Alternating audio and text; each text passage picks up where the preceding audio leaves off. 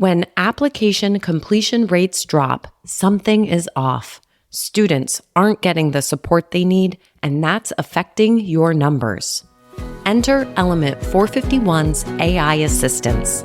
They step in where students struggle, offering real-time answers and advice, guiding them through every step.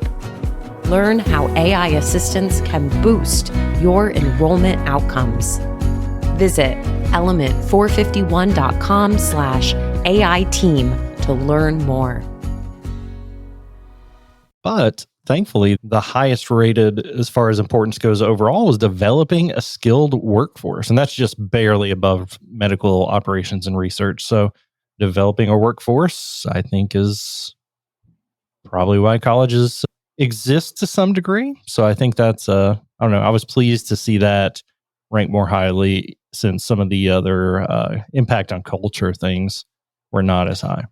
Yeah. Some of the questions that I would have thought we might see would be talking about like the development of young people, like providing a transition for young people from childhood into adulthood kind of thing. I would be interested to see what that question looks like, because especially in the early 2000s, in the sort of amenities era of higher education and sort of market competition, when everyone was building, the lazy rivers and the basketball courts, et cetera, when amenities were the big differentiator, that was very much targeted at young people and very much trying to be like the cool place for young people to go and for young people to spend their transitionary years into adulthood.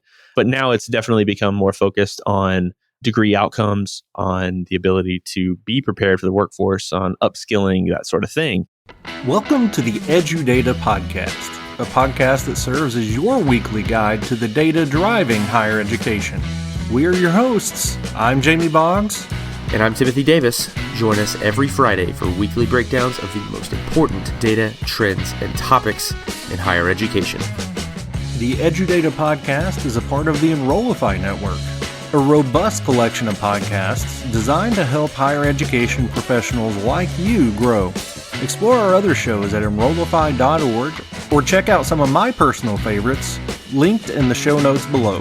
Enrollify is made possible by Element 451, the leading AI-powered, all-in-one student engagement platform, helping institutions create meaningful, personalized, and engaging interactions with students.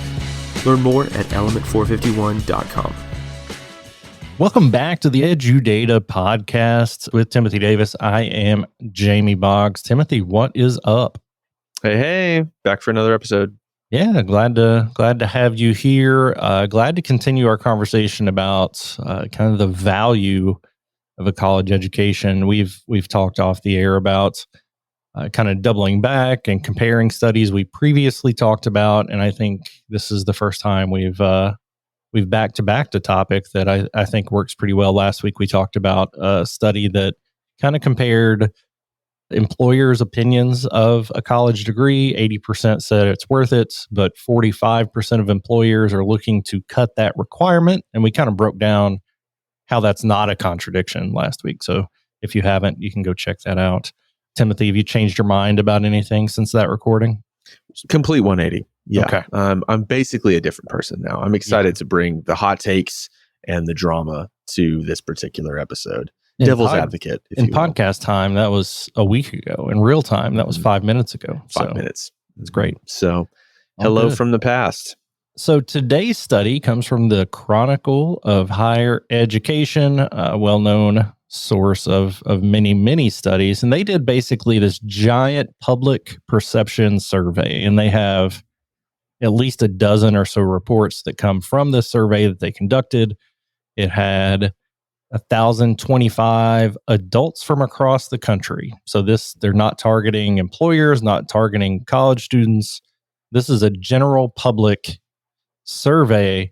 And we've kind of in the past kind of poked at survey size. If we're just talking about Americans, that's 1,000 out of 330 million. But there are, as we talked about with our friends at Education Dynamics, there are parameters in place to make sure it's an adequate sample, and Chronicle does some good stuff. Yeah. For sure. And I appreciate how they also mention the margin of error for the sample. And they show that overall the margin of error is about 3.3 percentage points, which is pretty standard. But they also note that some of their different groupings that you can sort of filter by, I think they include gender, race, political affiliation, etc. Some of those have a higher margin of error. And you expect that because while you have 1,025 total, you have X amount within each subgroup. And sometimes one subgroup has a higher representation, one has a lower representation, but you try to basically compare that against what we know about the national distribution of those, and you kind of find your margin of error from there. And so for this study, there are a few that are a little bit higher in margin of error, but they call that out even in the visualization itself, which is really cool. Appreciate that a lot. It is. And the report that we're focusing on today is titled Where the Public Sees Value in Higher Education. And on the Chronicle's website, they could not make it easier to look at the results. It's basically a drop down of each question, and then you can filter or group it by different pieces of the survey. So it is maybe the most user-friendly survey result I have ever looked at. Yeah, really, really nice interface here. The ability to kind of grab the question you want to explore, filter by a particular dimension, group it by a particular attribute of each question. Yeah, really, really nice. Last week, we discussed how 8 in 10 employers believe a college degree has value. And those are really the first two questions on the survey. Is college worth it? Should one try a degree? And both of those were 79% positive. So I love it when things line up for numbers across different studies, and it certainly does so there. But to get our conversation started, Timothy, I want to jump down and kind of look at a broad view at the question, how important are different college functions? So the public was asked, how important is it that a college does these things? There's a sports category, medicine, research, contribute to culture, develop workforce skills, contribute to economy, contribute to community. It's a wide base of categories here, and people surveyed were asked to rate whether they believe how important is that value in a college. And right off the top, only 8% said sports were important.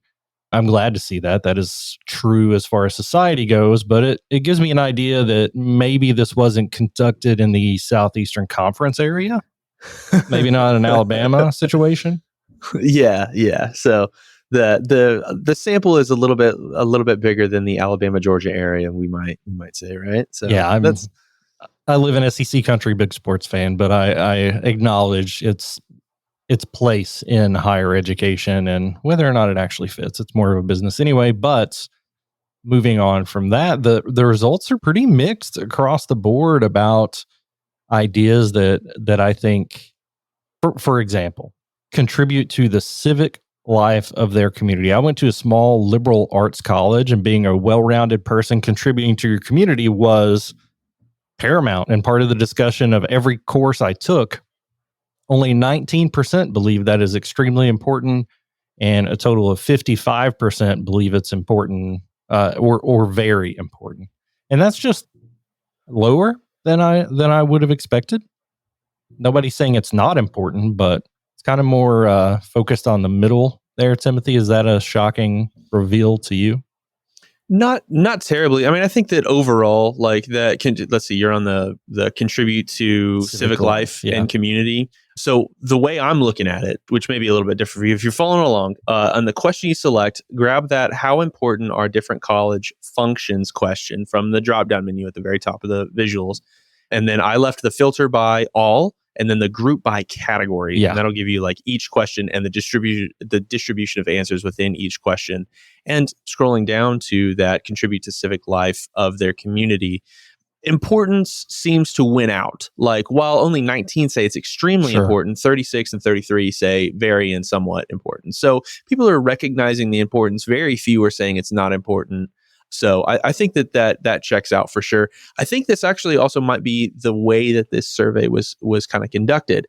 How I imagine this question likely appeared was each of these categories would have been presented with a set of radio buttons to the right of each. So like the question would be posed, how important are the different college functions right at the top of kind of the survey page.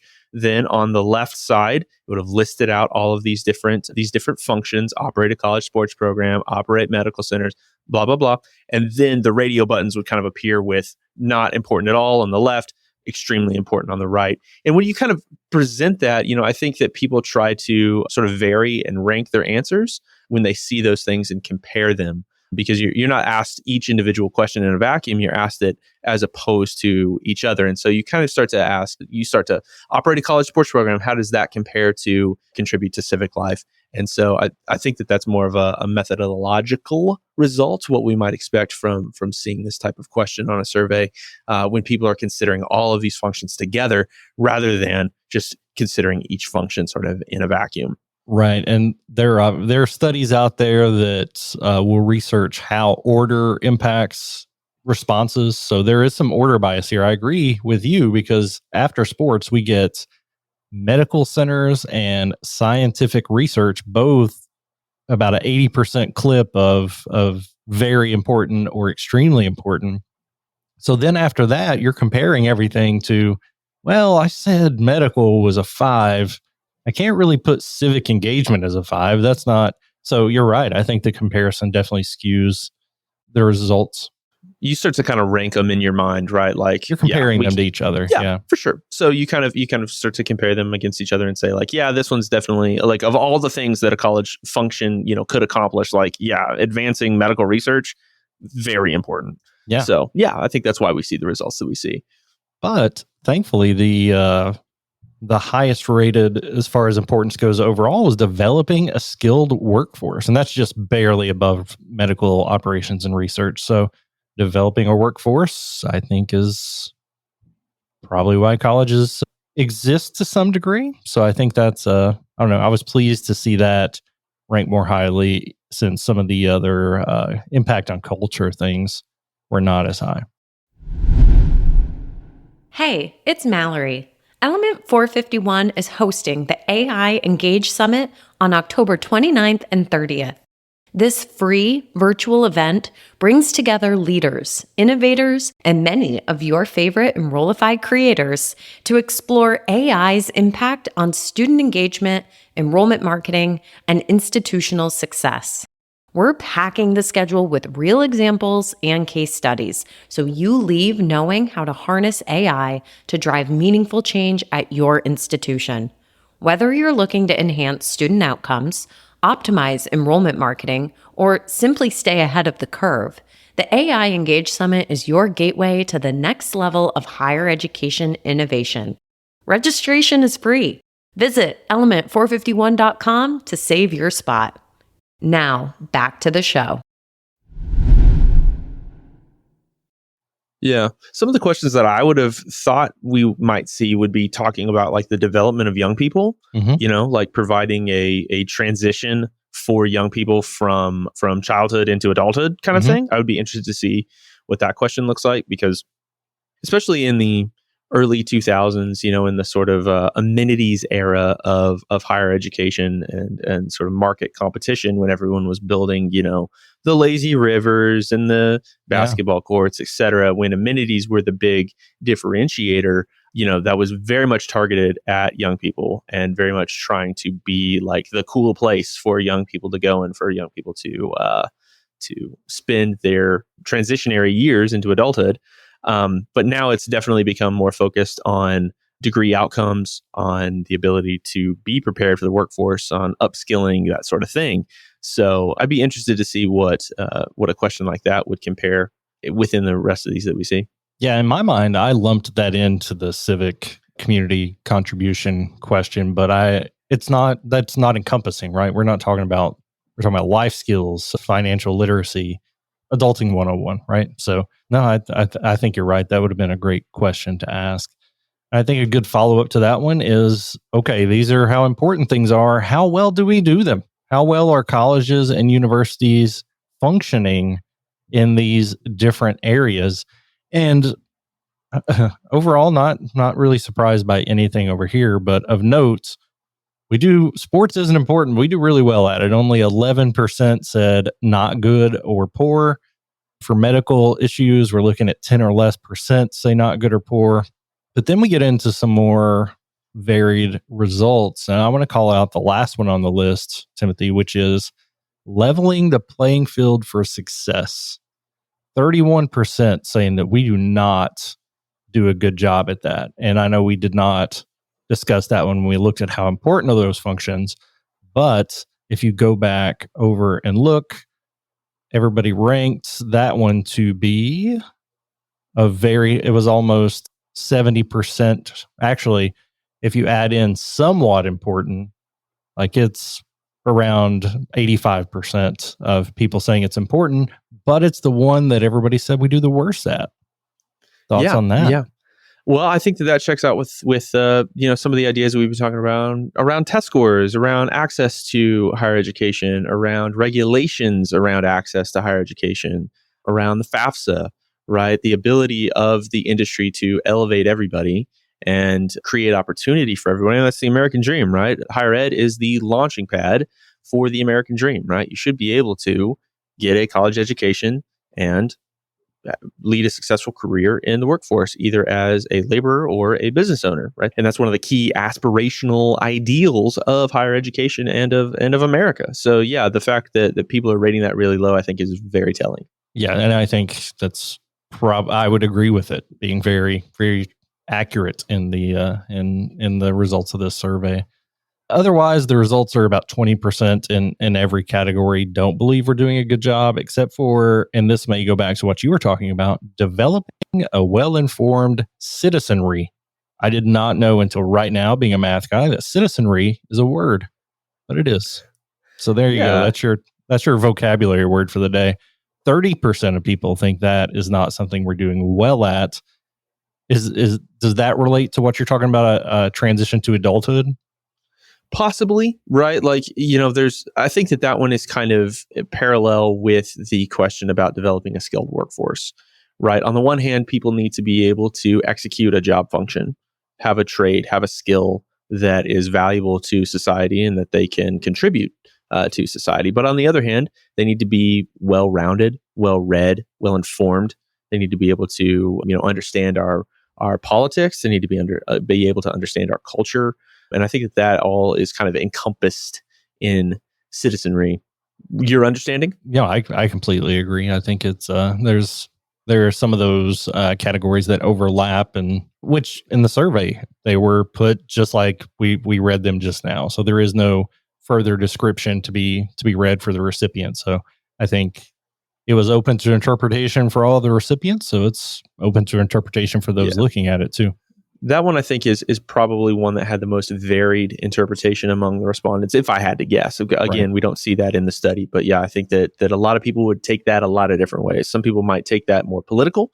Some people may take a more service bent on that. Like, are we creating people who share a servant's heart? The recognition of shared, sort of community values, that sort of thing.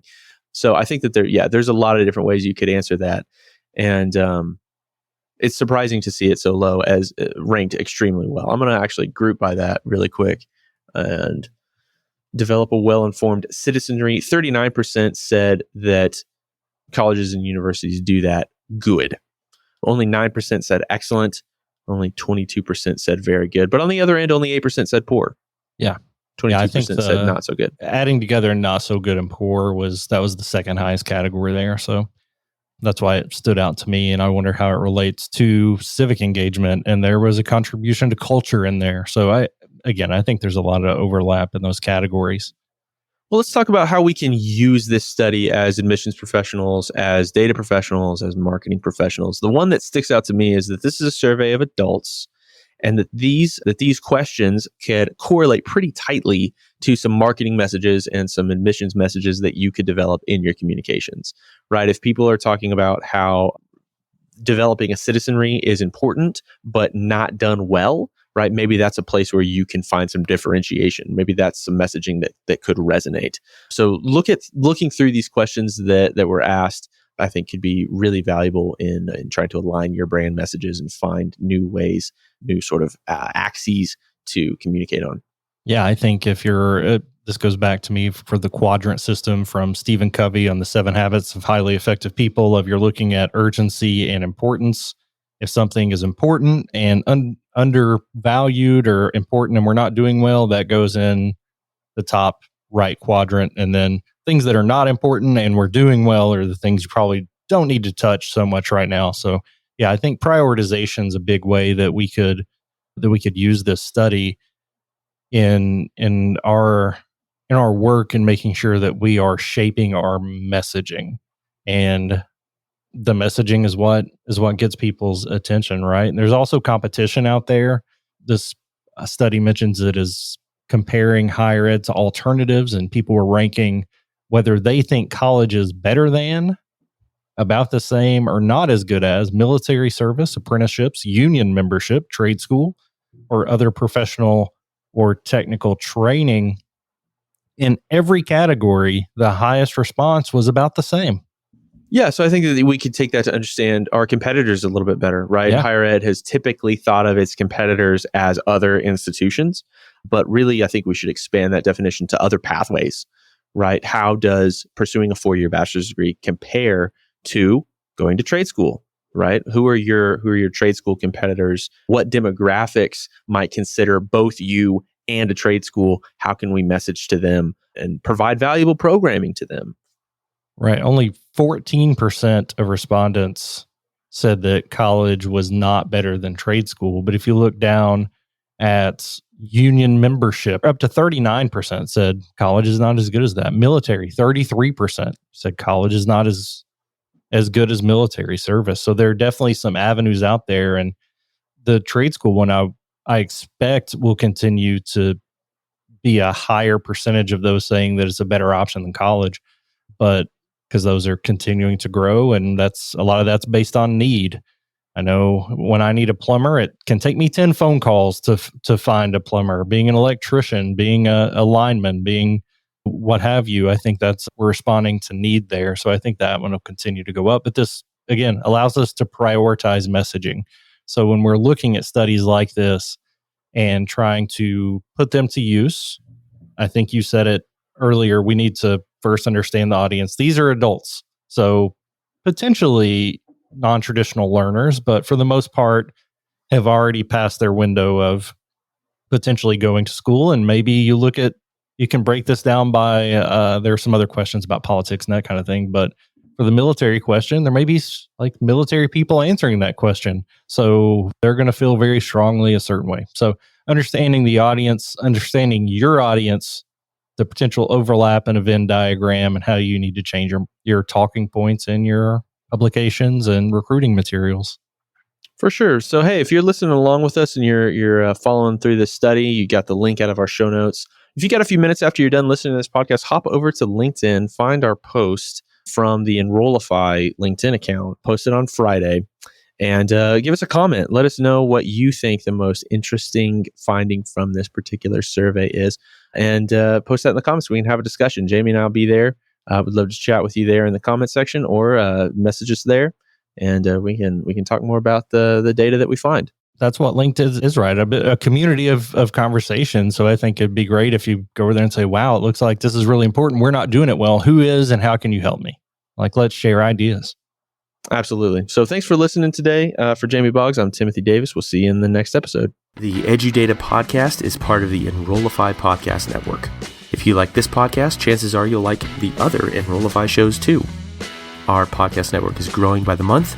We've got a plethora of marketing, enrollment, and higher ed technology shows that are jam-packed with stories, ideas, and frameworks, all designed to empower you to be a better higher ed professional. Our shows help higher ed marketers and admissions professionals find their next big idea and feature a selection of the industry's best as your hosts. Learn from Jamie Hunt, Artis Cadu, Dustin Ramsdale, Jeremy Tiers, and so many of your other favorite leaders in higher ed. Enrollify is made possible by Element 451, the leading AI-powered all-in-one student engagement platform helping institutions create meaningful, personalized, and engaging interactions with students. Learn more at element451.com.